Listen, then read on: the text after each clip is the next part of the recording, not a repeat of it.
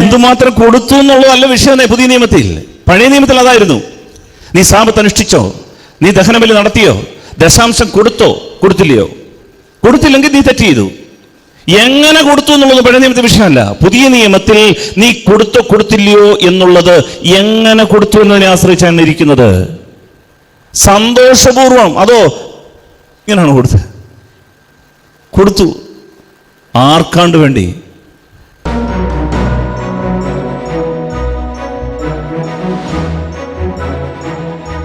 നമ്മുടെ ജീവിതത്തിൻ്റെ ചില സംഭവങ്ങളൊക്കെയാണ് നമ്മളെ ആത്മീയ മേഖലകളിൽ കൂടുതൽ വളരാനും ചിന്തിക്കാനുമൊക്കെ പ്രാപ്തമാക്കുന്നത്.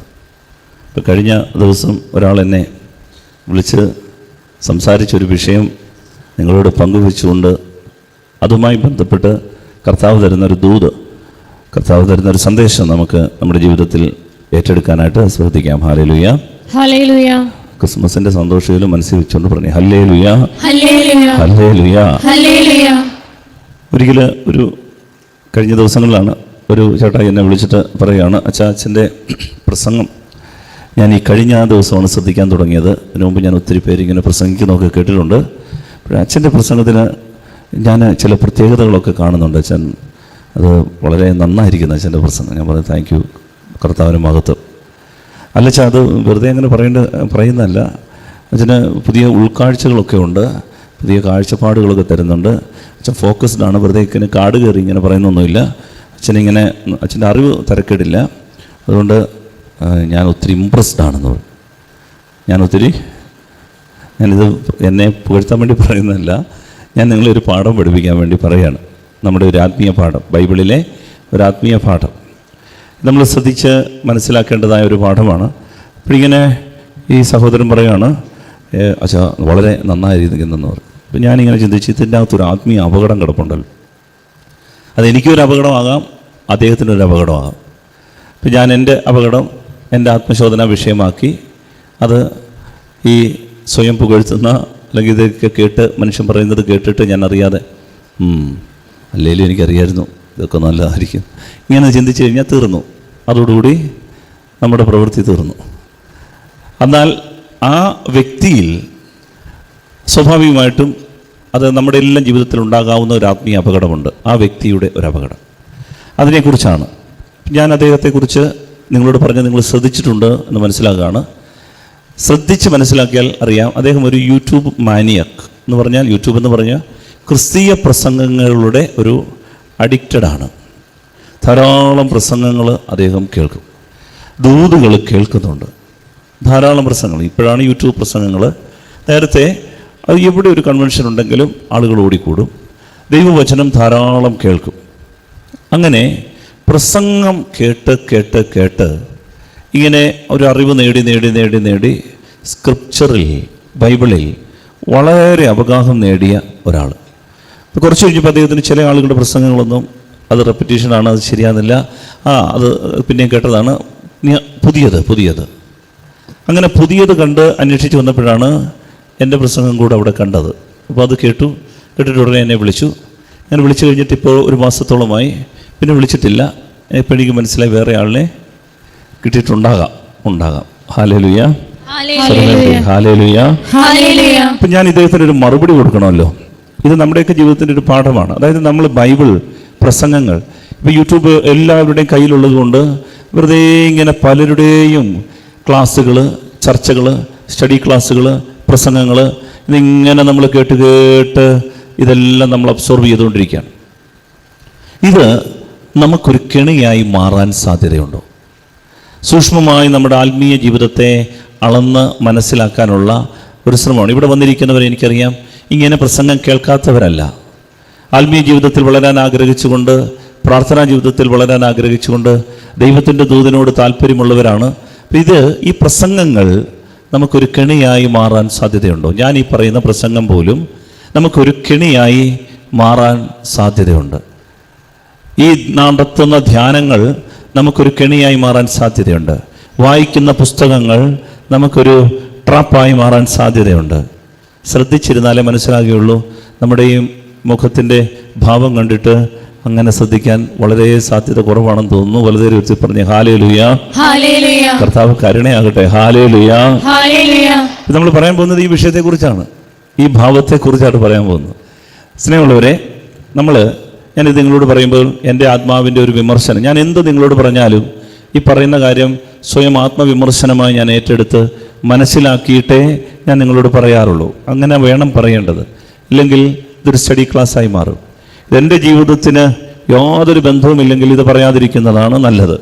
അതുകൊണ്ട് ഞാൻ ഈ പറയുന്നത് എൻ്റെ ജീവിതത്തിന്, ആത്മീയ ജീവിതത്തിന് എന്നെ വളർത്താൻ സഹായകമായതുകൊണ്ടാണ് ഞാൻ നിങ്ങളോടിത് പങ്കുവെക്കുന്നത്. ഹല്ലേലൂയ. അപ്പം ഞാനിതിന് ഒരു മറുപടി കൊടുക്കണമല്ലോ. അതായത് ഈ യൂട്യൂബ് മാനിയക് ആയിട്ടുള്ള പ്രസംഗങ്ങൾ മാത്രം കേട്ട് ആത്മീയ ജീവിതത്തെ ഈ പ്രസംഗത്തിൻ്റെയും അറിവിൻ്റെയും തലത്തിൽ തളച്ചിടുന്ന ആളുകൾ, അവരുടെ എണ്ണം പെരുകുകയാണ്. അവരിങ്ങനെ കേട്ട് ജീവിക്കുന്നവരാണ്, കേൾവിക്കാരായി മാത്രം മാറുന്നവരാണ്. അവർ കേട്ട് അതാണ് ആത്മീയത എന്ന് സംതൃപ്തി അടയുന്നവരാണ്. അപ്പോൾ അവർക്ക് ഒരു മറുപടി കൊടുക്കണമല്ലോ.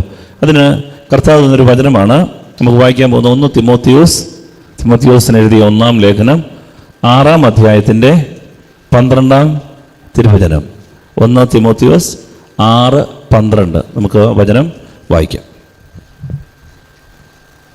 വിശ്വാസത്തിന്റെ നല്ല പോരാട്ടം നടത്തുകയും നിത്യജീവനെ മുറുകെ പിടിക്കുകയും ചെയ്യുക. ഇതിലേക്കാണല്ലോ നീ വിളിക്കപ്പെട്ടിരിക്കുന്നത്.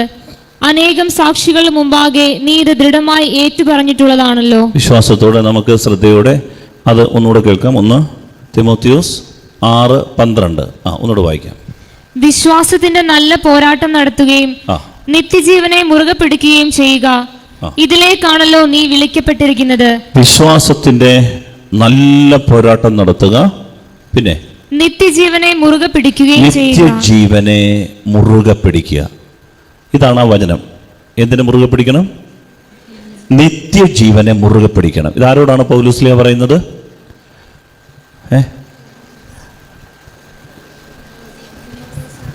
മറന്നു ഈശോയെ. തിമോത്തിയോസുകാർക്കല്ല. പലരും അങ്ങനെ വായിക്കാറുണ്ട് അല്ലേ? നമ്മുടെ പിള്ളേരും ഓടി ഇങ്ങോട്ട് വന്ന് പെട്ടെന്ന് കുർബാനയ്ക്ക് കൂടിയിട്ട് വിശുദ്ധ പൗലോസിലേക തിമോത്തിയോസുകാർക്ക് എഴുതിയ ഒന്നല്ലേ തിമോത്തിയോസ്. അതൊരു വ്യക്തിയാണ് തിമോത്തിയോസ് കേട്ടോ. മെൽവിനെ ചെറുടെ പ്രായമാകുമ്പോൾ തിമോത്തിയോസിന് എഴുതിയ ലേഖനത്തിൽ നിന്ന് ബാറക്കുമോ. അപ്പോൾ ഈ തിമോത്തിയോസിനോട് പൗലോസ് ലിഹ പറയണേ. ആരാണ് തിമോത്തിയോസ് എന്നറിയാമോ? പൗലോസ് ലിഹായുടെ തീ പിടിച്ച ഒരു ശിഷ്യനാണ് തിമോത്തിയോസ്. അപ്പോൾ ഈ തിമോത്തിയോസ് എന്ന് പറയുന്ന വിശുദ്ധനായ, സമർപ്പണ ബുദ്ധിയുള്ള, കർത്താവിന് വേണ്ടി മരണം വരിക്കാനും തയ്യാറായ ഒരു നല്ല ദൈവ പൈതലിനോട് പൗലോസ് ലിഹ പറയാണ്, മോനെ നിത്യജീവനെ നീ മുറുകെ പിടിച്ചോണേ, നിത്യജീവനെ നീ മുറുകെ പിടിച്ചോണേ. പ്രിയപ്പെട്ടവരെ, ഞാൻ ഈ പ്രസംഗം കേൾക്കുന്നവരോട് പറയാൻ ആഗ്രഹിക്കുന്ന കാര്യം ഇതാണ്. അനേകരുണ്ട് പ്രസംഗം കേട്ട് അതിൻ്റെ ക്ലിപ്പിങ്ങുകൾ കട്ട് ചെയ്ത് എടുത്ത് അപ്ലോഡ് ചെയ്ത് ഷെയർ ചെയ്ത് ലിങ്ക് ഇങ്ങനെ വരുന്നതിന് മുൻപേ ഇല്ല റബ്ബർ ബന്ധ് ഭിത്തിക്കിട്ടെറിയുമ്പോൾ തിരിച്ച് ബൗൺസ് ചെയ്യുന്നത് കണക്കെ ഇതങ്ങോട്ട് കിട്ടുന്നതിന് മുമ്പേ ഷെയർ ചെയ്ത് പോകുന്നവരോട്, ഇതിങ്ങനെ കേട്ട് തള്ളുന്നവരോട് കർത്താവിൻ്റെ ദൂത് പറയുകയാണ്, മക്കളെ നിത്യജീവനെ മുറുകെ പിടിക്കാൻ മറന്നു പോകരുത്. പൗലോസ് ലിഹ തിമോത്തിയോസ് എന്ന് പറയുന്ന ആത്മീയ ജീവിതത്തിൽ ഉണർവുള്ള ഒരു ദൈവ പൈതലിനോട് പറയുകയാണ്, മോനെ കാര്യം ശരിയാണ്, നീ എൻ്റെ ശിഷ്യനാണ്, നീ സഭയോടൊപ്പം നിന്നെ പ്രവർത്തിക്കുന്നുണ്ട്, എല്ലാം ചെയ്യുന്നുണ്ട്, പക്ഷേ നിത്യജീവൻ കൈവിട്ടു പോകാൻ, പിടിവിട്ടു പോകാൻ സാധ്യതയുണ്ട്. പ്രിയപ്പെട്ടവരെ ശ്രദ്ധിക്കണം. എന്താണ് നിത്യജീവൻ? പലരും കരുതിയിരിക്കുന്നത് നിത്യജീവൻ എന്ന് പറയുന്നത് എൻഡ്ലെസ് ആയിട്ടുള്ള ദിവസങ്ങളാണ്, അന്ത്യമില്ലാത്ത അനന്തമായ ദിവസങ്ങളാണ് നിത്യജീവൻ എന്നാ കരുതുന്നേ. നിത്യകാലം, അനന്തമായ കാലം, അതല്ല നിത്യജീവൻ. ബൈബിൾ പഠിക്കുന്നവർക്കറിയാം, ബൈബിൾ വായിക്കുന്നവർക്കറിയാം, ജ്ഞാനമുള്ള ദൈവാത്മാവ് നമുക്ക് പറഞ്ഞു തരുന്നത് അനുസരിച്ച് ബൈബിളിൽ നിത്യജീവൻ എന്ന് പറയുന്നത് എൻഡ്ലെസ് ഡേയ്സ് അല്ല, അനന്തമായ ദിവസങ്ങളല്ല, എണ്ണമറ്റ ദിവസങ്ങളെക്കുറിച്ചല്ലത്. നരകത്തിലും എണ്ണമറ്റ ദിവസങ്ങളാണ്. നരകത്തിൽപ്പെട്ടാലും അവിടെ എണ്ണമറ്റ ദിവസങ്ങളാണ്, അനന്തമായ ദിവസങ്ങളാണ്. ഇപ്പം നിത്യജീവൻ എന്ന് പറയുന്നത് അനന്തമായ ഒരു സമയമോ അവസ്ഥയല്ല, മറിച്ച് ബൈബിൾ പറയുന്നത് യേശു ക്രിസ്തുവിലുള്ള ജീവനാണ്. ഹല്ലേലൂയ. ഹല്ലേലൂയ. വിശ്വാസത്തോടെ പറ ഹല്ലേലൂയ. ഹല്ലേലൂയ. ഇത് ബുദ്ധിയിൽ നിറയണം. പ്രിയപ്പെട്ടവരെ, യേശു ക്രിസ്തുവിന്റെ സ്വഭാവത്തിലേക്ക് നമ്മൾ വളരുന്നതിന്റെ പേരാണ് നിത്യജീവൻ, ഇറ്റേണൽ ലൈഫ്. അതുകൊണ്ടാണ് ഈശോ പറഞ്ഞത്, ഞാൻ വന്നിരിക്കുന്നത് നിനക്ക് ജീവൻ ഉണ്ടാകാനും ജീവൻ സമൃദ്ധമായി നൽകാനുമാണ്. യേശു ക്രിസ്തുവിലുള്ള ജീവന്റെ പേരാണ് നിത്യജീവൻ. നമുക്ക് യോഹന്നാന്റെ സുവിശേഷം 17-ാം അധ്യായം 3-ാം തിരുവചനം വായിക്കാം. യോഹന്നാൻ 17:3. ഈശോ തന്നെ പറയുകയാണ് എന്താണ് നിത്യജീവൻ, എന്താണ് നിത്യജീവൻ. 17-ാം അധ്യായം 3-ാം വാക്യം. ഏക സത്യദൈവമായ അവിടുത്തെയും അങ്ങ് അയച്ച യേശുക്രിസ്തുവിനെയും അറിയുക എന്നതാണ് നിത്യജീവൻ. ഏക സത്യദൈവമായ അവിടുത്തെയും അവിടുന്ന് അയച്ച ഏകജാതനെയും യേശുക്രിസ്തുവിനെയും അറിയുക, ഇതാണ് നിത്യജീവൻ. പ്രിയപ്പെട്ടവരെ, ഈശോയാണ് ജീവൻ തരുന്നത്. ഈശോയാണ് ജീവൻ തരുന്നത്. അത് ഒരു പ്രസംഗമല്ല. ശ്രദ്ധിച്ചു കേൾക്കണം, ഞാൻ പറയാൻ വരുന്നത് അത് കുറെ വാക്കുകളുടെ കസർത്തല്ല, കുറെ അറിവുകളല്ല, മറിച്ച് ഒരു വ്യക്തിയാണ് നമുക്ക് ജീവൻ തരുന്നത്. ഇത് മറന്നു പോകാൻ സാധ്യതയുണ്ട്. ഒരു ഡോക്ട്രിൻ അല്ല, ഒരു തിയോളജി അല്ല, ഒരു പഠന ഒരു കുറെ പാഠ്യപദ്ധതിയല്ല നമുക്ക് ജീവൻ തരുന്നത്. ഈ പുസ്തകത്തിലെ അക്ഷരക്കൂട്ടുകളല്ല നമുക്ക് ജീവൻ തരുന്നത്, മറിച്ച് ഒരു വ്യക്തിയാണ്. യേശു എന്ന വ്യക്തി നമ്മുടെ ഇടയിൽ ജീവനോടെ നിൽക്കുന്ന, നമ്മെ ഉറ്റുനോക്കുന്ന ദിവ്യകാരുണ്യനാഥൻ, അവനാണ് നമുക്ക് ജീവൻ പങ്കുവെച്ചു തരുന്നത്. വിശ്വസിക്കുന്നവർ പറ ഹല്ലേലൂയ. ഹല്ലേലൂയ. ഹല്ലേലൂയ. സ്നേഹമുള്ളവരെ, ഈ ജീവൻ നമുക്കറിയാം. ബൈബിൾ അറിയാവുന്ന ഒത്തിരി പേർ. കഴിഞ്ഞ ദിവസം ഞാൻ ഒരു സങ്കേത ഭവനിൽ ഇങ്ങനെ ധ്യാനം നടത്തിക്കൊണ്ടിരിക്കുമ്പോൾ, ധ്യാനം എല്ലാം കഴിഞ്ഞപ്പോൾ ഒരു ചേട്ടായി, പ്രായമായ ഒരു ചേട്ടായി വന്നിട്ട് എന്നോട് പറഞ്ഞു, അച്ഛൻ ഒരു മിനിറ്റ് എനിക്ക് തരാമോ? ഞാൻ പറഞ്ഞു തരാമല്ലോ. മാറി നിന്നപ്പോൾ ഞാൻ വിചാരിച്ചത് പ്രാർത്ഥിക്കാൻ വേണ്ടിയിട്ടായിരിക്കും. അപ്പോൾ അച്ഛൻ എന്നോട് ക്ഷമിക്കണം. ഞാൻ ചോദിച്ചു, എന്തു പറ്റി? അച്ഛനെ ഒന്ന് തിരുത്തിക്കോട്ടെ. ഞാൻ പറഞ്ഞു ആയിക്കോട്ടെ. അച്ഛൻ പറഞ്ഞു 2 ദൈവവചനം തെറ്റായിരുന്നു എന്ന് പറഞ്ഞു. 2 ദൈവവചനം തെറ്റായിരുന്നു. ശരിയാണ്, 2 ദൈവവചനം തെറ്റായിരുന്നു. പക്ഷെ ഞാൻ അറിയാതെ അങ്ങനെ അങ്ങ് പറഞ്ഞുപോയി. ആ വചനത്തിൽ വ്യത്യാസമുണ്ട്.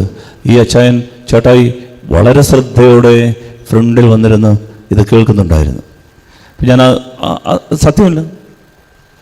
പ്രിയപ്പെട്ടവരെ, അങ്ങനെ ദൈവവചനം ധാരാളം അറിയാവുന്ന ആളുകളുണ്ട്. അത് നല്ലതാണ്. ദൈവവചനം അറിയണം. ശരിയും സത്യം തെറ്റും എന്നാണ് നമ്മൾ തിരിച്ചറിയണം. പക്ഷേ ഇതല്ല നമുക്ക് ജീവൻ തരുന്നത്. ബൈബിൾ 50 തവണ വായിച്ചാലും മരിച്ചു പോകാൻ സാധ്യതയുണ്ട്, ആത്മീയമായി മൃതിപ്പെടാൻ സാധ്യതയുണ്ട് എന്ന് ബൈബിൾ തന്നെ പറയുന്നുണ്ട്.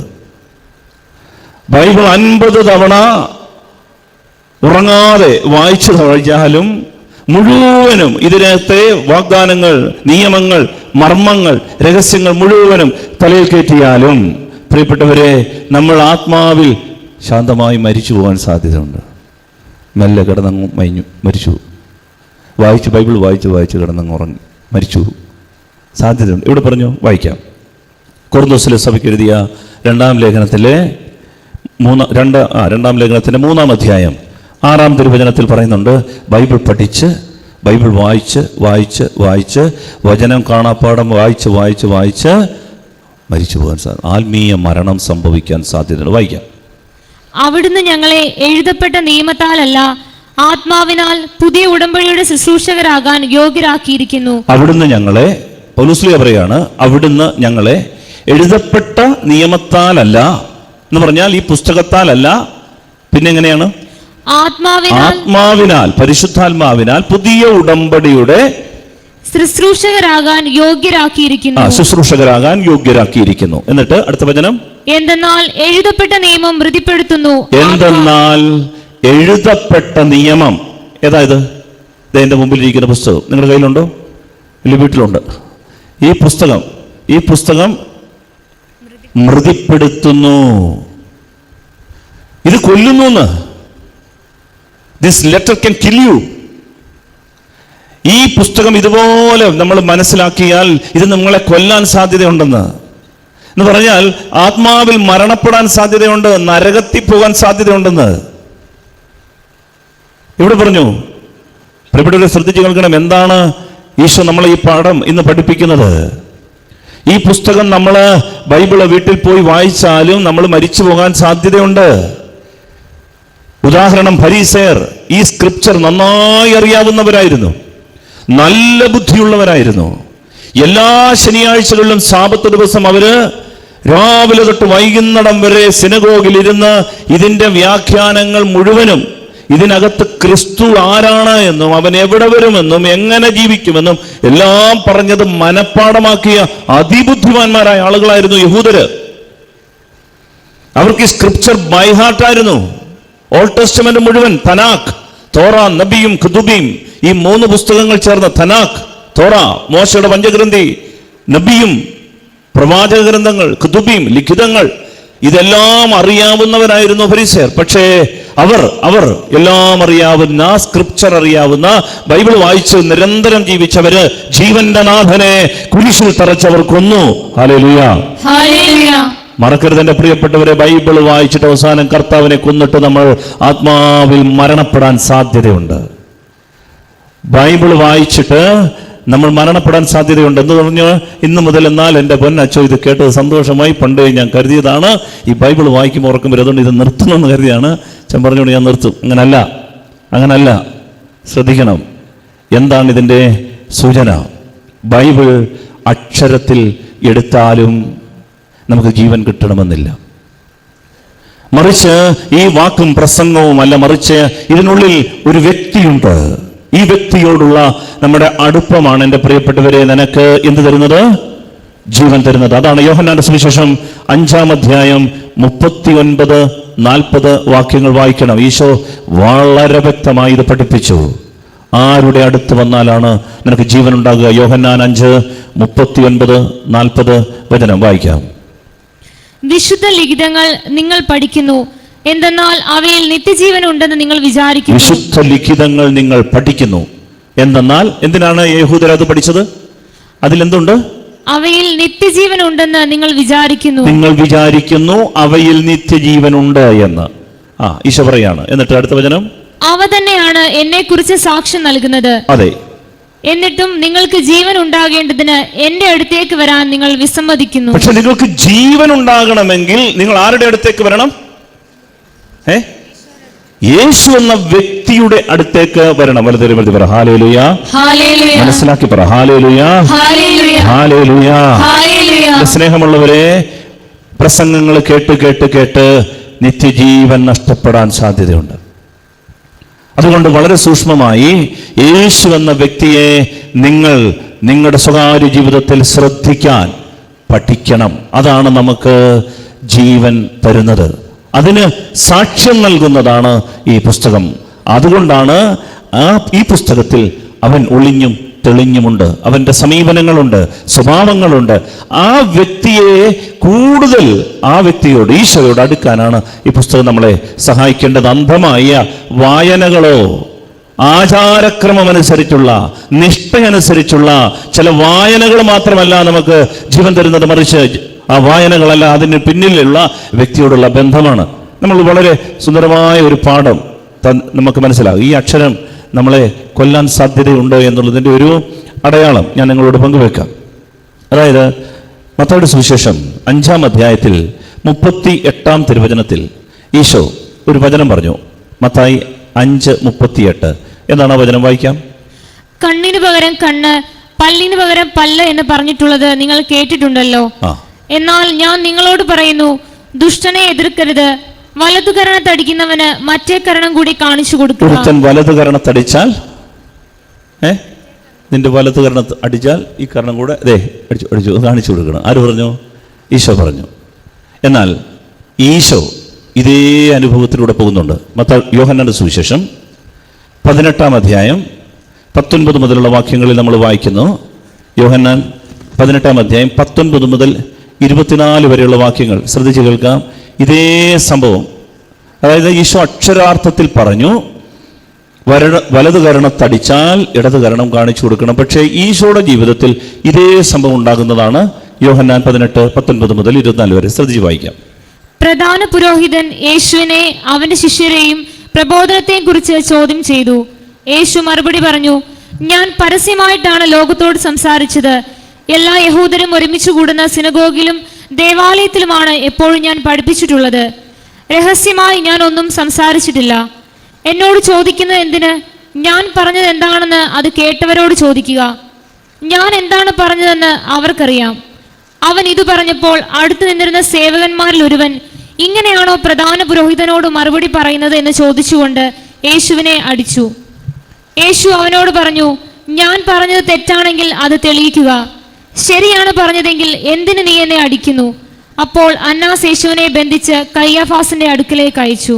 പ്രധാന പുരോഹിതനായ കയ്യാഫാസിന്റെ അമ്മായിയപ്പനായ അന്നാസിന്റെ വീട്ടിൽ വെച്ച് നടത്തിയ ഒരു വിചാരണ കോടതിയിൽ നടന്ന ഒരു സംഭവമാണ്. ഇപ്പൊ പ്രധാന പുരോഹിതന്റെ ഈ അമ്മായിയപ്പൻ അന്നാസ് ചോദിച്ചു, നീ ദൈവപുത്രനാണോ? ഈശോയുടെ ശിഷ്യന്മാരെ കുറിച്ചും അവന്റെ പ്രബോധനത്തെക്കുറിച്ചും നമുക്ക് ചോദിച്ചപ്പോൾ ഈശോ പറഞ്ഞു, ഇതെന്തിനാ എന്നോട് ചോദിക്കുന്നേ?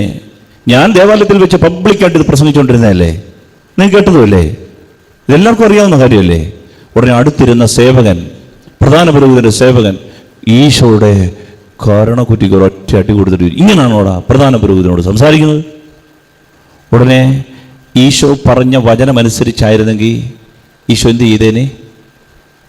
മറ്റേ കരണം കൂടെ കാണിച്ചു കൊടുത്തിരുതേ, ഇവിടെ കൂടെ അടിക്കാൻ പറഞ്ഞാൽ.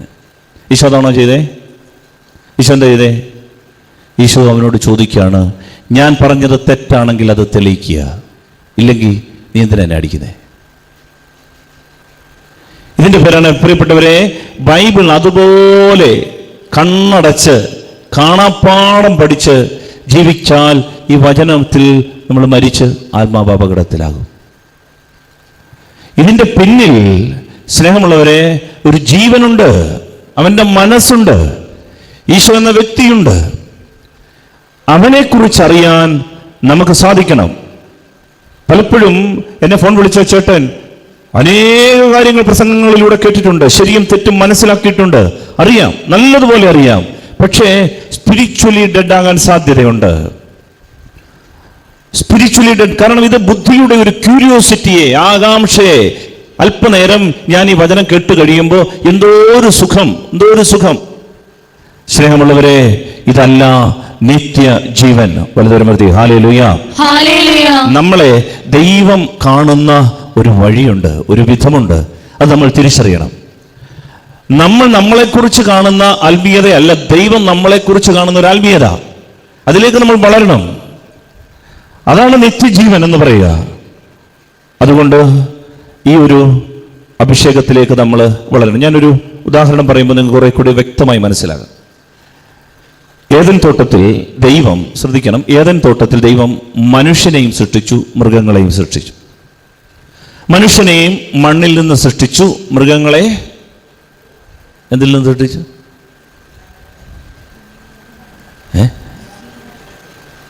അതിൽ നിന്ന് തന്നെ സൃഷ്ടിച്ചു, മണ്ണിൽ നിന്ന്. എക്സ്ട്രാ നമുക്ക് വല്ല ക്ലേവലൂടെ അല്ല, മണ്ണിൽ നിന്ന് തന്നെയാണ് മൃഗങ്ങളെ സൃഷ്ടിച്ചത്. പക്ഷേ മനുഷ്യനും മൃഗങ്ങളും തമ്മിൽ ഒരു വ്യത്യാസമുണ്ട്. ദൈവം മനുഷ്യനെ സൃഷ്ടിച്ചിട്ട് മനുഷ്യൻ്റെ നാസാരന്ധ്രങ്ങളിലേക്ക്, എന്തിലേക്ക്? ആ യന്ത്രത്തിലേക്ക് ഇങ്ങനെ ഒരു ഊതി. ഇതാണ് ദൈവത്തിൻ്റെ ജീവൻ.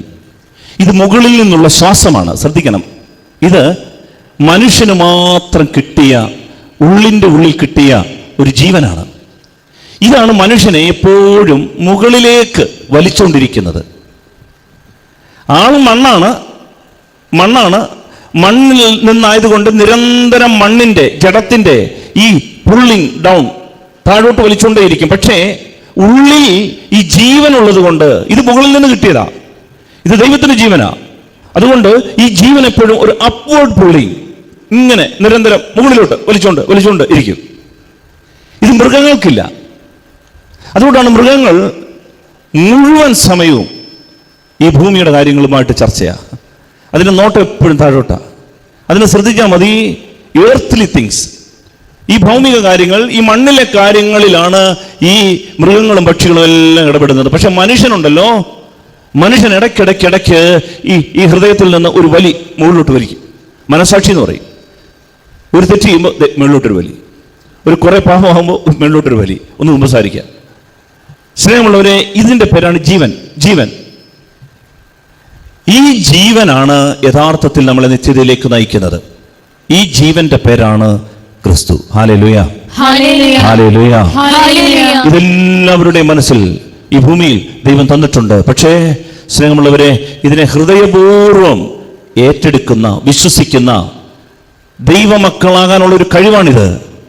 യേശു ക്രിസ്തുവിൽ വിശ്വസിക്കുന്നവർക്ക് അവിടെ നൽകുന്ന ഒരു കഴിവാണ് ഇത്. ഈ അപ്വേർഡ് പുള്ളിങ്, ഇതിങ്ങനെ നിരന്തരം നമ്മളെ നിത്യതയിലേക്ക് നയിക്കുന്നതാണ് ഈ ജീവൻ. അതുകൊണ്ടാണ് യോഹന്നാന്റെ സുവിശേഷം 1-ാം അധ്യായം 1 മുതലുള്ള വാക്യങ്ങളിൽ പറയുന്നത്, ആദിയിൽ വചനമുണ്ടായിരുന്നു, വചനം ദൈവത്തോടു കൂടെയായിരുന്നു, വചനം ദൈവമായിരുന്നു, അവനിൽ, അടുത്ത വചനം, സമസ്തവും അവനിലൂടെ ഉണ്ടായി, സമസ്തവും അവനിലൂടെ ഉണ്ടായി, ഒന്നും അവനെ കൂടാതെ ഉണ്ടായിട്ടില്ല. അവനിൽ ജീവനുണ്ടായിരുന്നു, അവനിൽ ജീവനുണ്ടായിരുന്നു, ആ ജീവൻ മനുഷ്യരുടെ വെളിച്ചമായിരുന്നു. ആ ജീവൻ മനുഷ്യരുടെ വെളിച്ചമായിരുന്നു. അതായത് ഈ ഹൃദയത്തിൽ ഈ ജീവൻ ഇതാണ് പ്രിയപ്പെട്ടവരെ നിത്യതയിലേക്ക്, ഈ നിത്യപ്രകാശത്തിലേക്ക് നമ്മളെ എപ്പോഴും വലിച്ചുകൊണ്ടിരിക്കുന്നത്. സ്നേഹമുള്ളവരെ, അതാണ് ക്രിസ്തുവിന്റെ ജീവൻ. ഈ ക്രിസ്തുവിന്റെ ജീവനാണ് നമ്മൾ നിരന്തരം വലിച്ചുകൊണ്ടിരിക്കുന്നത്, മുകളിലേക്ക് കൊണ്ടുപോയിക്കൊണ്ടിരിക്കുന്നത്. ഇത് പലരുടെയും ജീവിതത്തിൽ അങ്ങ് ഇഗ്നോർ ചെയ്യും. അതുകൊണ്ടാണ് മൃഗതുല്യമായൊരു ജീവിതം. ഈ മണ്ണ്, ഇവിടുത്തെ അധ്വാനം, ഇവിടുത്തെ ശയനം, ഇവിടുത്തെ ഓട്ടം, ഇവിടുത്തെ ഫുഡ്, ഇവിടുത്തെ ഉത്സവം, ഇവിടുത്തെ ആഘോഷം, ഇവിടുത്തെ ലഹരി, പ്രിയപ്പെട്ടവർ, ഇങ്ങനെ ഈ മണ്ണിലെ കാര്യങ്ങളിൽ മാത്രം ജീവിക്കും. എന്നാൽ സ്നേഹമുള്ളവരെ, ഈ ജീവനാണ് നമുക്ക് നിത്യതയിലേക്ക് എത്തുക. ഇത് നമ്മുടെ ഉള്ളിലുണ്ട്. അതുകൊണ്ടാണ് ക്രിസ്തു നിങ്ങളുടെ ഉള്ളിലുണ്ട്. ഇതാണ് ഏറ്റവും വലിയ രഹസ്യം. കൊളോസ്യർക്ക് എഴുതിയ ലേഖനത്തിൽ അതുകൊണ്ടാണ് പൗലോസ് അപ്പോസ്തലൻ പറയുന്നത്, ഇതൊരു മഹാരഹസ്യമാണ്. ഈ രഹസ്യം എന്താണെന്ന് അറിയാമോ? ക്രിസ്തു നിങ്ങളുടെ ഉള്ളിൽ ഉണ്ട്. സ്നേഹമുള്ളവർ, ഇത് നമ്മൾ കണ്ടെത്തണം. പുറമേ അനുഷ്ഠാനങ്ങളിൽ, വായനകളിൽ, പ്രസംഗം കേൾക്കുന്നതിലല്ല, ഈ ജീവൻ നമ്മൾ അനുഭവിക്കണം. നമ്മുടെ ഉള്ളിൽ ക്രിസ്തു സാന്നിധ്യം, ക്രിസ്തു സ്വഭാവം ടേസ്റ്റ് ചെയ്ത് തുടങ്ങണം. ക്രിസ്തുവിന്റെ ക്യാരക്ടർ നമ്മുടെ ജീവിതത്തിൽ ടേസ്റ്റ് ചെയ്യപ്പെടണം. അതിന് ഒരു ചെറിയ പാഠം നമുക്ക് നൽകിക്കൊണ്ട് നമ്മൾ ഈ ആരാധന പൂർത്തിയാക്കുകയാണ്. ഒരു ചെറിയ പാഠം, എങ്ങനെ നമുക്ക് ഈ ജീവൻ കണ്ടെത്താനാകും? പ്രിയപ്പെട്ടവരെ, നമുക്കറിയാം പഴയ നിയമത്തിൽ 2 തരം പ്രവൃത്തികളേ ഉള്ളൂ.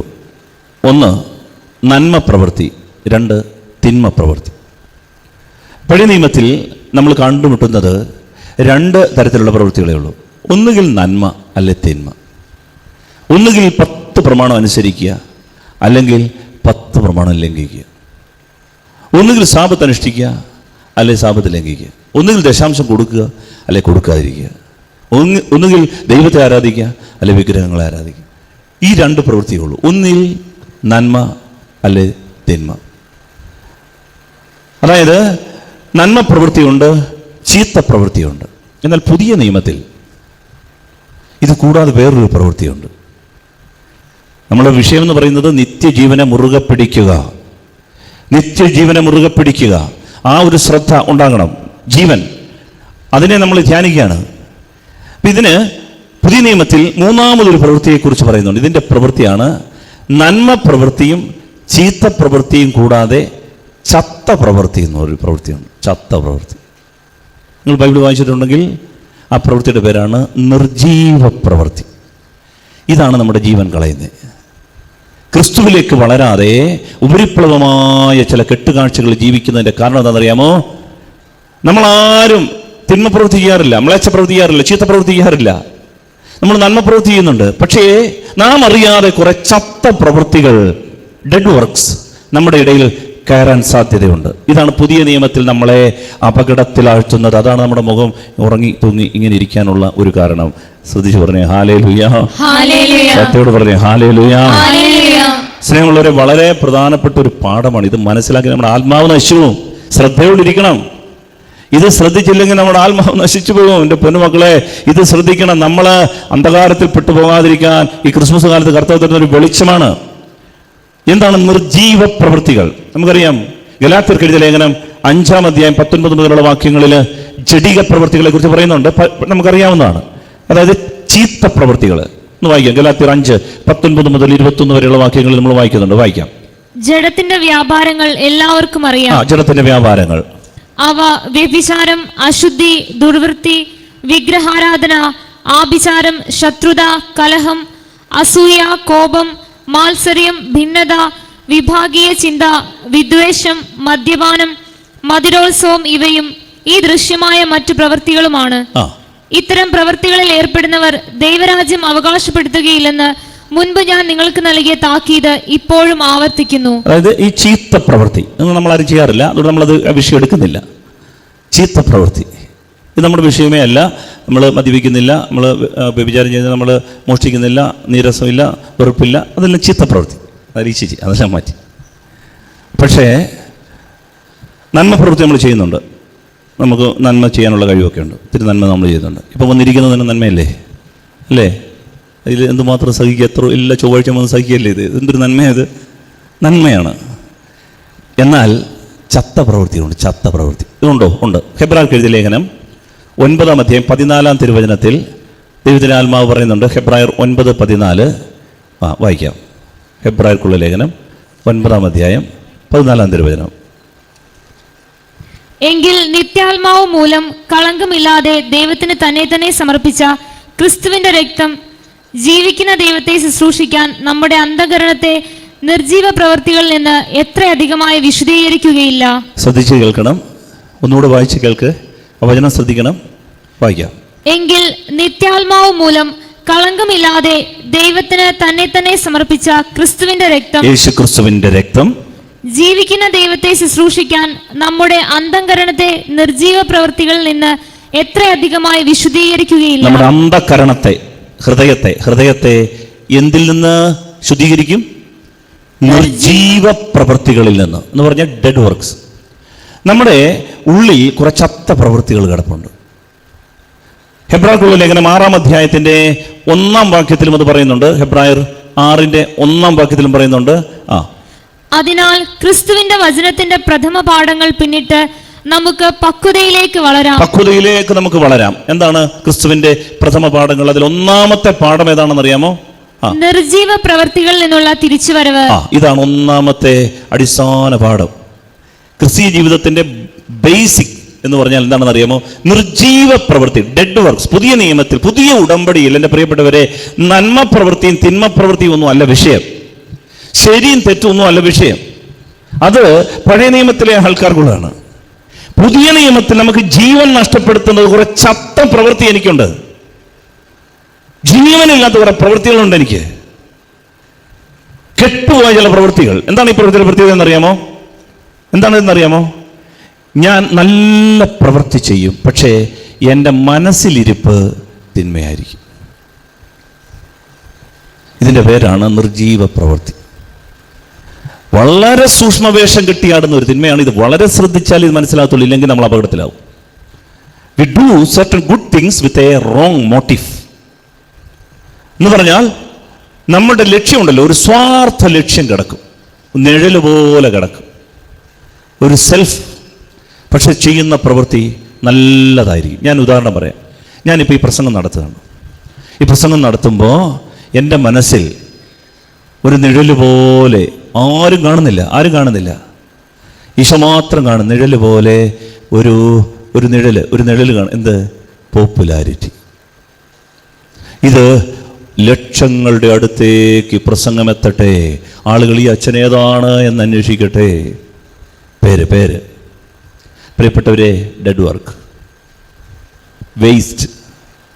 ചൊവ്വാഴ്ചത്തെ ശുശ്രൂഷ പോയി. ഇവിടെ വരുന്ന ചില ആളുകൾക്ക് ഇവിടെ വരുമ്പോൾ ആരാധനയ്ക്കിരിക്കുമ്പോഴും ആരാധന നല്ല കാര്യം, പക്ഷെ ഉള്ളിൽ എത്ര പേര് വന്നു? എത്ര ഡെഡ് വർക്ക്. ഇതിലും നല്ലത് പോയി സീരിയൽ കാണുന്ന നിർജീവ പ്രവൃത്തി. ചിലവന്ന് ഫ്രണ്ടിലിരിക്കാൻ, ബാക്കിയുള്ളവര് കാണട്ടെ. ഡെഡ് വർക്ക് തീർന്നു. പ്രിയപ്പെട്ടവരെ, ഇതാണ് നിർജീവ പ്രവൃത്തി. നല്ല പ്രവൃത്തിയാണ്, പക്ഷെ മനസ്സിൽ അറിയാതൊരു സൂക്ഷ്മവേഷം, ഒരു സെൽഫ് ഈഗോ. ഇതാണ് പുതിയ നിയമത്തിൽ നമുക്ക് ജീവൻ നഷ്ടപ്പെടുത്തുന്നത്. ഇത് ക്രിസ്തുവിന്റെ സ്വഭാവത്തിന് വിരുദ്ധമാണ്. ഹല്ലേലൂയ, ഹല്ലേലൂയ, സ്വരമതി ഹല്ലേലൂയ. ഹല്ലേലൂയ. നമുക്ക് ജീവൻ നഷ്ടപ്പെടുത്തുന്ന, നമുക്ക് ദൈവീക ജീവൻ, നിത്യജീവൻ മുറുകെ പിടിക്കാൻ നമ്മളെ സഹായിക്കാത്ത ഒരു വലിയ തിന്മയാണ്. എൻ്റെ പ്രിയപ്പെട്ടവരെ, ഇത് നമ്മൾ ശ്രദ്ധിക്കുന്നില്ലെങ്കിൽ, ആത്മശോധന നടത്തുന്നില്ലെങ്കിൽ നമ്മൾ ഒരു പരാജയമായി മാറും. ഞാൻ നിങ്ങളോട് ഇത് പറയുന്ന, ആരാധനയ്ക്കൊക്കെ വരുന്നവർ അല്പം കൂടി ഉയർന്ന് വളരാൻ ആഗ്രഹിക്കുന്നവരാണ്. അതുകൊണ്ടാണ് ഞാൻ നിങ്ങളോട് ഇത് പറയാം. അതിനാൽ നമ്മളൊരു കുമ്പസാരത്തെക്കുറിച്ച് പഴയ പാപങ്ങളേറ്റ് പറയുന്നതല്ല, മറിച്ച് സൂക്ഷ്മവേഷം കിട്ടുന്ന ഈ ഒരു അരൂപിയുണ്ട്. എന്താണെന്നറിയാമോ?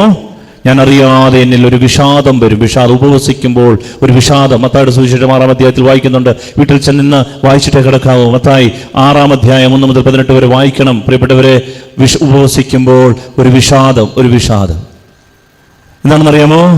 മറ്റുള്ളവർ കാണണം, ഹോ, എന്തോ ഒരു ഉപവാസം, എന്ത് എന്ത് എന്ത് തീയാണ്, എന്ത് സഹനമാണ് ആ മനുഷ്യൻ. പ്രിയപ്പെട്ടവരെ, ഡെഡ് വർക്ക്, നിർജീവ പ്രവൃത്തി, ഒരു വിലയില്ല, കാൽ കാശിന് വിലയില്ല. ഞാൻ കൊള്ളാവുന്നവനാണ്, ഞാൻ ശ്രദ്ധിക്കപ്പെടേണ്ടുന്നവനാണ്, എല്ലാവരും എന്നെ ശ്രദ്ധിക്കണം. ഏത് പ്രവൃത്തി ചെയ്താലും നല്ലതാണ് പ്രാർത്ഥന, നന്നായിട്ട് പ്രാർത്ഥിക്കും. ബിജു നന്നായിട്ട് പാടും. പക്ഷെ അറിയാതെ ബിജു പാടിക്കൊണ്ടിരിക്കുമ്പോൾ മെലഡി മെലഡി, ആളുകൾ ശ്രദ്ധിച്ചോ എൻ്റെ മെലഡി, അറിയാതെ എൻ്റെ ട്യൂൺ. ബിജുവിനെ ഞങ്ങൾ പറയും, ഓ എന്താ MGയുടെ സൗണ്ട് പോലെ നല്ല സൗണ്ടാണ്. ഇത് കേട്ട് ബിജു അടുത്ത ആരാധനയ്ക്ക് ഇങ്ങനെ നിന്ന ഡെഡ് വർക്ക്, ഡെഡ് വർക്ക് തീർന്നു. ഒരു ആരാധന നടക്കുമ്പോൾ കർത്താവിൻ്റെ സന്നിധിയിൽ അഭിഷേകം, അഭിഷേകം, എത്ര പേര് ഉച്ചത്തിൽ പാടി, ഡെഡ് വർക്ക്, നിർജീവ പ്രവൃത്തി. ഇത് ഒരു ഇംപ്രഷനിസം എന്ന് വേണമെങ്കിൽ പറയാം. എന്ന് പറഞ്ഞാൽ പണ്ട് കാലത്ത് ഒരു ചിത്രകലാ രീതിയാണ് ഇംപ്രഷനിസം. ഇപ്പോൾ ഒരാൾക്ക് ഒരു ചിത്രം വരയ്ക്കണമെങ്കിൽ ആ ചിത്രം വരയ്ക്കാറില്ല, മറിച്ച് സൂര്യപ്രകാശം ഈ വസ്തുവിൻ്റെ മേൽ വന്നിട്ട് വീണിട്ട് ആ വസ്തുവിൻ്റെ നിഴൽ ഭിത്തിയിൽ വന്ന് വീഴുമ്പോൾ ആ ഭിത്തിയിൽ ആ നിഴൽ വരയ്ക്കും. ഇതിൻ്റെ പേരാണ് ഇംപ്രഷനിസം എന്ന് പറയും. റിയലിസത്തിൽ നിന്ന് വ്യത്യസ്തമാണ് ഇംപ്രഷനിസം എന്ന് പറഞ്ഞാൽ. അതിൻ്റെ അർത്ഥം ആ നിഴൽ കണ്ടിട്ട് മനസ്സിലാക്കിക്കൊള്ളണം ഒരു വസ്തു. ഒരു ഉദാഹരണത്തിൻ്റെ പൂ വരയ്ക്കണം, പൂവിൻ്റെ നിഴലെ വരയ്ക്കും. അപ്പോൾ വെട്ടം അവിടെ ഉണ്ട്, പൂ ഇവിടെ ഉണ്ടായിരുന്നു, നിഴലെ വരയ്ക്കും. ഇതാണ് ഇംപ്രഷനിസം. ഇതുപോലെ ഞാൻ എന്ത് പ്രവൃത്തി ചെയ്താലും നിഴൽ പോലെ ഒരു ഈഗോ, ഞാൻ എന്ത് ചെയ്താലും നിഴൽ പോലെ ഞാൻ ഉയരും. സ്നേഹമുള്ളവരെ, ചത്ത പ്രവൃത്തി, നിർജീവ പ്രവൃത്തി, ഒരു കഥയില്ല. ഇതാണ് ക്രിസ്തുവിന്റെ ജീവൻ നമ്മിൽ ഉണ്ടാകാത്തതിന്റെ കാരണം. കാണിക്ക ദാനധർമ്മം, നിർബന്ധിച്ചതിന്റെ പേരിൽ, ഈ അച്ഛനെ കൊണ്ട് സഹിട്ടതിന്റെ പേരിൽ ആരെങ്കിലും കൊണ്ടുവന്ന് ഇട്ട ഡെഡ് വർക്ക്, കാശ് പോയി വെറുതെ. പിതൃദിനത്തിൽ അപ്പം എല്ലാവരും കൂടെ കാഴ്ച സമർപ്പണം നടത്തി, എല്ലാവരും കൊണ്ടുവന്ന് കാണിക്കുക തന്നു.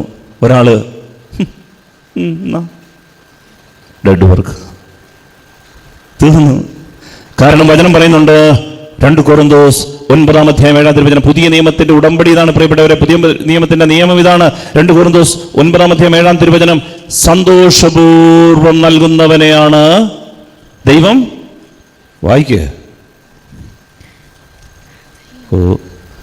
2 കൊറിന്തോസ് 9-ന്റെ 7-ാം തിരുവചനം ഇടങ്ങുമല്ല. ഓരോരുത്തരും സ്വന്തം തീരുമാനം അനുസരിച്ച് വേണം പ്രവർത്തിക്കാൻ. വൈമനസ്യത്തോടെയോ നിർബന്ധത്തിന് കീഴ്വഴങ്ങിയോ ആകരുത്. സന്തോഷപൂർവ്വം നൽകുന്നവനെയാണ് ദൈവം സ്നേഹിക്കുന്നത്. എന്തുമാത്രം കൊടുത്തു എന്നുള്ളതല്ല വിഷയം പുതിയ നിയമത്തിൽ. പഴയ നിയമത്തിൽ അതായിരുന്നു. നീ സാബത്ത് അനുഷ്ഠിച്ചോ, നീ ദഹനബലി നടത്തിയോ, ദശാംശം കൊടുത്തോ, കൊടുത്തില്ലയോ, കൊടുത്തില്ലെങ്കിൽ നീ തെറ്റ് ചെയ്തു. എങ്ങനെ കൊടുത്തു എന്നുള്ളത് പഴയ നിയമത്തെ വിഷയമല്ല. പുതിയ നിയമത്തിൽ നീ കൊടുത്തോ കൊടുത്തില്ലയോ എന്നുള്ളത് എങ്ങനെ കൊടുത്തു എന്നതിനെ ആശ്രയിച്ചാണ് ഇരിക്കുന്നത്. സന്തോഷപൂർവം, അതോ ഇങ്ങനെയാണ് കൊടുത്തു ആർക്കാണ്ട് വേണ്ടി. പ്രിയപ്പെട്ടവരെ, ഇതിൻ്റെ പേരാണ് നിർജീവ പ്രവൃത്തി. ജീവൻ മുറുകെ പിടിക്കണം, നിത്യജീവൻ മുറുകെ പിടിക്കണം എന്ന് പറയുമ്പോൾ നമ്മൾ ഒത്തിരി നല്ല കാര്യം ചെയ്യും, മറ്റുള്ളവരെ കാണിക്കാൻ വേണ്ടി, കയ്യടി കിട്ടാൻ വേണ്ടി. നീ ഭിക്ഷ കൊടുക്കുമ്പോൾ അതുകൊണ്ടാണ് ഈശോ പറഞ്ഞത്, കാഹളം മുഴക്കരുത്, കയ്യടി. ഡെഡ് വർക്ക്, കാശ് പോയി. നീ പള്ളിക്ക് കൊടുത്തേ എന്തിന്? പേരെഴുതി വെക്കാൻ. നിലവിളക്ക് അടിയിലോട്ട് പേര്, ഡെഡ് വർക്ക്. സ്നേഹമുള്ളവരെ, കർത്താവ് ആഗ്രഹിക്കുന്നത് ജീവൻ. നമ്മളാരും ചീത്ത പ്രവൃത്തി ചെയ്യാറില്ല, പക്ഷേ ചത്ത പ്രവൃത്തി അറിയാതെ നമ്മളിൽ വന്നു കയറും. മനുഷ്യപ്രീതിക്ക് വേണ്ടി, മനുഷ്യനെ കാണിക്കാൻ വേണ്ടി, പേരെടുക്കാൻ വേണ്ടി, കൊള്ളാമെന്ന് പറയിക്കാൻ വേണ്ടി നിർജീവ പ്രവൃത്തി. ഇതാണ് ജീവൻ നഷ്ടപ്പെടുത്തുന്നത്. അതിനാൽ പുതിയ നിയമത്തിൻ്റെ ഒരു ഉടമ്പടിയിലേക്ക് നമ്മൾ പ്രവേശിക്കണം. അതിന് നമുക്ക് കർത്താവ് നമ്മിൽ നിന്ന് ആഗ്രഹിക്കുന്നത് ഈ ഒരു ജീവനുള്ള ഒരു ബന്ധം ഈശോയോടുണ്ടാകാൻ, ഈശോയുടെ സ്വഭാവത്തിലേക്ക് വളരണം. ഈശോയുടെ ജീവിതം ഒന്നും എടുത്തു നോക്കി. അവന് ഒരിക്കലും കാഹളം മുഴക്കിക്കൊണ്ടല്ല കാര്യങ്ങൾ ചെയ്തത്. അവൻ ആരെയും കയ്യടി നേടാൻ വേണ്ടിയിട്ടൊന്നും ചെയ്തില്ല. ഒരിക്കലും ഈശോ നന്നായിട്ട് ശുശ്രൂഷയൊക്കെ ചെയ്ത്, രോഗശാന്തി ശുശ്രൂഷയൊക്കെ ചെയ്തപ്പോൾ ജനക്കൂട്ടം മുഴുവനും ഈശോയുടെ അടുത്തേക്ക് വന്നു. ഈശോയാകട്ടെ മല കയറി അപ്പുറത്തെ ഗ്രാമത്തിലേക്ക് പോയി. ശിഷ്യന്മാർ ചോദിച്ചു, അവരെല്ലാവരും അവിടെ നിൽക്കുന്നു. ഈശോ പറഞ്ഞു, വാ, എനിക്ക് മറ്റു ഗ്രാമങ്ങളിലേക്ക് കൂടെ പോകണം. കൈയടിക്കാൻ ആൾ റെഡിയായിട്ട് നിൽക്കുമ്പോൾ ഈശോയെ കാണാനില്ല. ഇതാണ് എൻ്റെ പ്രിയപ്പെട്ടവരെ, ഈശോയുടെ ജീവനിലേക്ക് വളരണമെന്ന് പറയുന്നത്. പുതിയ നിയമം നാം അറിയണം. ഇല്ല എങ്കിൽ നമ്മൾ ഒരിക്കലും നിത്യതയിൽ ഈശോയുടെ ജീവനിലെത്തില്ല. കുറെ നാളുകൾ ജീവിച്ചിരിക്കുക എന്നുള്ളതല്ല നിത്യജീവൻ, മറിച്ച് ഈശോയുടെ ജീവനിലേക്ക് പ്രവേശിക്കണം. പ്രാർത്ഥന അട്രാക്ട് ചെയ്യാനാകരുത്, ആകർഷിക്കാനാകരുത്, കാണിക്കാനാകരുത്. അതുകൊണ്ടാണ് ഈശോ പറഞ്ഞത്, നീ പ്രാർത്ഥിക്കുമ്പോൾ മുറിയിൽ കയറി കഥ കിടച്ച് രഹസ്യങ്ങൾ അറിയുന്ന അപ്പനോട് പ്രാർത്ഥിക്ക്. മത്തായിയുടെ സുവിശേഷം 6-ാം അധ്യായത്തിൽ 3 തവണ പറയുന്നുണ്ട്, അപ്പം നിനക്ക് പ്രതിഫലം തരും. ഇതാണ് പ്രിയപ്പെട്ടവരെ ജീവൻ എന്ന് പറയുക. എന്റെ അമ്മ നിനക്ക് പ്രതിഫലം തരുമെന്ന്. ഇതാണ് ജീവൻ. ഇത് നേടിയെടുക്കണം. മിഴിപൂട്ടുന്നതിന് മുൻപ് ഈ ഒരു ക്യാരക്ടർ, ക്രിസ്തുവിന്റെ സ്വഭാവം, ഇത് നേടിയെടുത്തിട്ട് മരിക്കാവൂ. ഇല്ലെങ്കിൽ സ്വർഗമില്ല. നമ്മൾ വരുന്ന കുറെ പ്രാർത്ഥിച്ചു, വായിച്ചു, വചനം കേട്ടു, പ്രസംഗം കേട്ടു, ജീവൻ കിട്ടുമെന്ന്. നോ, ക്രിസ്തുവിന്റെ സ്വഭാവത്തിലേക്ക് നമ്മൾ വളരണം. നമ്മുടെ സെൽഫ് ഡിനൈഡ് ആകണം. തന്നെ പരിത്യജിക്കുക എന്ന് പറയുന്നതിന്റെ കാര്യം ഇതാണ്. ഈശോ പറഞ്ഞു, ആരെങ്കിലും എന്നെ അനുഗമിക്കുന്നെങ്കിൽ മാതാപിതാക്കളെ, സഹോദരങ്ങളെ, ബന്ധുക്കളെ എല്ലാവരെയും ഉപേക്ഷിക്കണം എന്ന് പറയാൻ കാര്യം എന്താ? ഇവിടെ നിയമത്തിൽ പറയുന്നുണ്ട് മാതാപിതാക്കളെ ബഹുമാനിക്കണമെന്ന്. പക്ഷേ ഈശോ പറയാണ്, എൻ്റെ ശിഷ്യനാകാൻ ആഗ്രഹിക്കുന്നവൻ മാതാപിതാക്കളെ വെറുക്കണം, തൻ്റെ തന്നെ ജീവനെ വെറുക്കണം, ഭാര്യയെ വെറുക്കണം, മക്കളെ വെറുക്കണം. ഇതെന്തൊരു സ്വഭാവം? എന്നാൽ അവൻ തന്നെ പറയുന്നുണ്ട് മാതാപിതാക്കളെ ബഹുമാനിക്കണമെന്ന്. ഇതെങ്ങനെയാണ് സിങ്കാവുന്നത്? കാരണം ഇത്രയേ ഉള്ളൂ പ്രിയപ്പെട്ടവരെ, നമ്മൾ അവൻ്റെ ജീവനിൽ, നമ്മുടെ ഉള്ളിലുണ്ടല്ലോ, ഉള്ളിൽ എല്ലാത്തിനും മീതെ അവൻ ഐക്യപ്പെടണം. ഈ ക്രിസ്തുവിൻ്റെ ജീവൻ, അവൻ്റെ സ്വഭാവത്തിലേക്ക് നമ്മൾ വളരണം, അവൻ്റെ ക്യാരക്ടറിലേക്ക് നമ്മൾ വളരണം. ഇതാണ് ഈശോ നമ്മിൽ നിന്ന് ആഗ്രഹിക്കുന്നത്. നമ്മൾ ഉപവസിക്കുന്ന നല്ല കാര്യമാണ്. മനുഷ്യപ്രീതിക്ക് വേണ്ടിയോ വിഷാദങ്ങൾ കാണിച്ചോ ഉപവസിക്കരുത്. അതുപോലെ വീണ്ടും ഈശോ മത്തായിയുടെ സുവിശേഷം 6-ാം അധ്യായത്തിൽ പറയുന്നുണ്ട്, നിങ്ങൾക്കാരോടെങ്കിലും വിരോധമുണ്ടെങ്കിൽ പ്രാർത്ഥിക്കാൻ വരരുത്, ആരാധനയ്ക്ക് വരരുത്, ബലിയർപ്പണത്തിന് വരരുത്. Dead work. ആരോടെങ്കിലും വിരോധമുണ്ടായെങ്കിൽ ബലിയർപ്പിക്കുന്നതിന് മുമ്പ് കാഴ്ച ദിവസം ബലിപീഠത്തിൽ വെച്ചിട്ട് പോയി ചെന്നിട്ട് രമ്യപ്പെട്. അല്ല, അവൻ പിന്നെ മുഖം വീർപ്പിച്ചിരിക്കുക. അത് നിന്റെ വിഷയമല്ലെന്നേ. നീ ചെയ്യാനുള്ളത് നീ ചെയ്യണം. അല്ല, അവൻ എന്നോട് മിണ്ടത്തേ ഇല്ല, വർഷങ്ങളായിട്ട് ആയിക്കോട്ടെന്നേ, അത് അവന്റെ വിഷയം. പക്ഷെ നീ ചെയ്യാനുള്ളത് നീ ചെയ്യണം. നീ അവനോട് ഒരു വാക്ക് സോറി പറഞ്ഞിട്ട് നീ വന്ന് ബലി അർപ്പിക്ക്. അതിന് ജീവനുള്ള പ്രവൃത്തി. ഇല്ലെങ്കിൽ നിർജീവ പ്രവൃത്തി, വേസ്റ്റ്. വണ്ടിക്കൂലി നഷ്ടം, പൗഡർ നഷ്ടം, വെറുതെ വേസ്റ്റ്. സ്നേഹമുള്ളവരെ, ഈ നിർജീവ പ്രവൃത്തി നമുക്കുണ്ടെങ്കിൽ നമുക്ക് ഈശോയിലേക്ക് വളരാൻ പറ്റും. കാര്യം നമ്മൾ നല്ലതായിട്ട് പ്രാർത്ഥിക്കുന്നവരാണെന്ന് തോന്നുന്നു, നമ്മുടെ ആത്മാവ് സ്വർഗത്തിലെത്തില്ല. ഈശോ അതുകൊണ്ടാണ് സ്നേഹത്തോടെ ഈ കൊച്ചു സമൂഹത്തോടെ പറയുന്നത്. ഈ 50 പേരുടെ ഒരു കുഞ്ഞു സമൂഹമാണ്. ഇവിടെ പറയുകയാണ്, മക്കളെ, നിത്യജീവനെ മുറുകെ പിടിക്കാൻ മറക്കരുത്. നിത്യജീവനെ മുറുകെ പിടിക്കാൻ മറക്കരുത്.